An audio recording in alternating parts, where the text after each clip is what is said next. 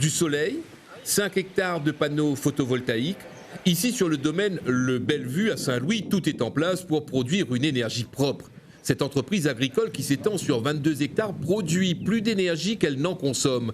Elle renvoie chaque mois sur le réseau EDF de quoi alimenter en électricité quelques 1800 foyers. Fournisseur d'énergie, oui, mais le domaine Le Bellevue est avant tout une entreprise agricole. On a pensé à la plante qu'on va mettre dessous. Ensuite, on a designé les panneaux pour avoir le meilleur ensoleillement possible. Sous ces panneaux photovoltaïques, des milliers d'orchidées sont fécondées chaque jour. En train de polliniser la vanille, elle le féconder. Et voilà, ce qui donne la vanille dans 9 mois. 15% de la surface l'est exploitée pour produire de la vanille dessous.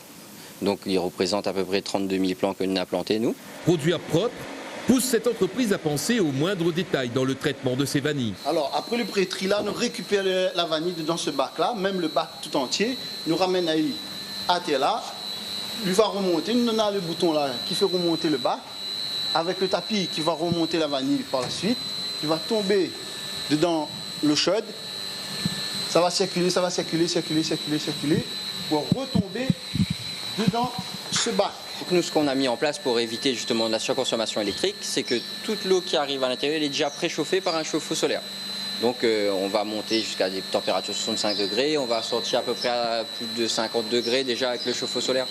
Et certaines de ces vanilles finissent dans cette pièce, dorlotées et choyées, dans des coffres en bois de tamarin de récupération.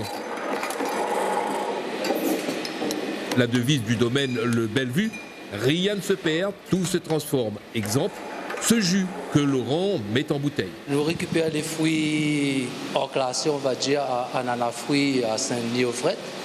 Et puis chez des agriculteurs, des producteurs locaux. Ici, peu de plastique, mais beaucoup de verre et du carton fabriqué par des travailleurs porteurs de handicap. Alors, pour Pierre Saint-Lambert, la 26e conférence annuelle de l'ONU sur le climat qui se tient à Glasgow est porteuse d'espoir. On ne pourra jamais dire qu'on va arrêter le TMI ou avoir de l'électrique partout. Il faut avoir un juste milieu et tendre vers des énergies vertes le plus en plus.